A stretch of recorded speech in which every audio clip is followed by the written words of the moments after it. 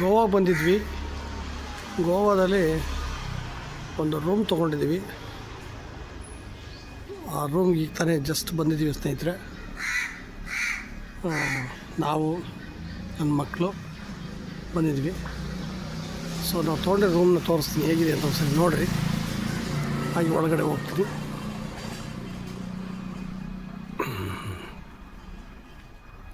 ಇದು ಎಂಟ್ರೆನ್ಸ್. ಇದು ಇಲ್ಲ ತೆಗಿ ಇದು ಹಾಲು. AC ಇದೆ, ಹಾಗೆ ಡಬಲ್ ಬೆಡ್ರೂಮ್ ಇದೆ, TV ಇದೆ. So interstate case.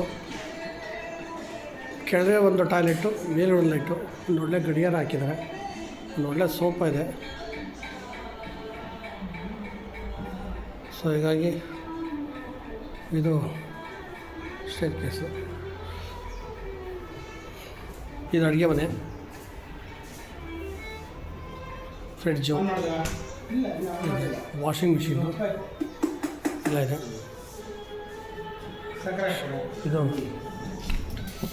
Toilet, luxurious ಆಗಿದೆ ಟಾಯ್ಲೆಟು. ತುಂಬ ಚೆನ್ನಾಗಿದೆ.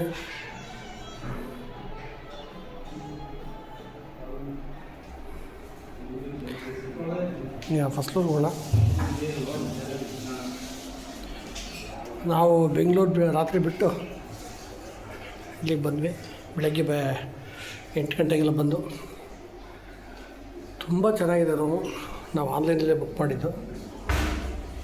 ಸೊ ನಾವು 5 ಜನ ಬಂದಿದ್ದೀವಿ. ನಾವು ಇಂಟರ್ನೆಟ್ಟು, ವೈಫೈ ಪ್ರತಿಯೊಂದು ಇದೆ ಸ್ನೇಹಿತರೆ. ಇದೊಂದು ರೂಮು. ಬನ್ನಿ ರೂಮ್ ನೋಡೋಣ ಹೇಗಿದೆ ಅಂತ. ಇದು ಗ್ಲಾಸು, AC. ಸೊ ಸಿಟ್ಔಟು ತೋರಿಸ್ತೀನಿ ಆಚೆ ಹೊರಗಡೆ. ಇದು ಸೀಟು, ಬೆಡ್, ಇದು ಮ್ಯಾಟು,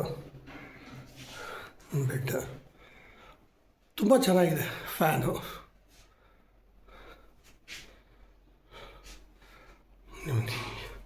ಈಗ ಇನ್ನೊಂದು ರೂಮ್ ನೋಡೋಣ.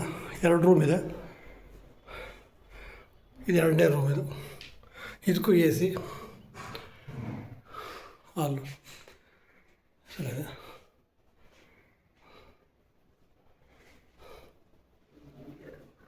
ಒಳ್ಳೆ ಕಾಟಿದೆ.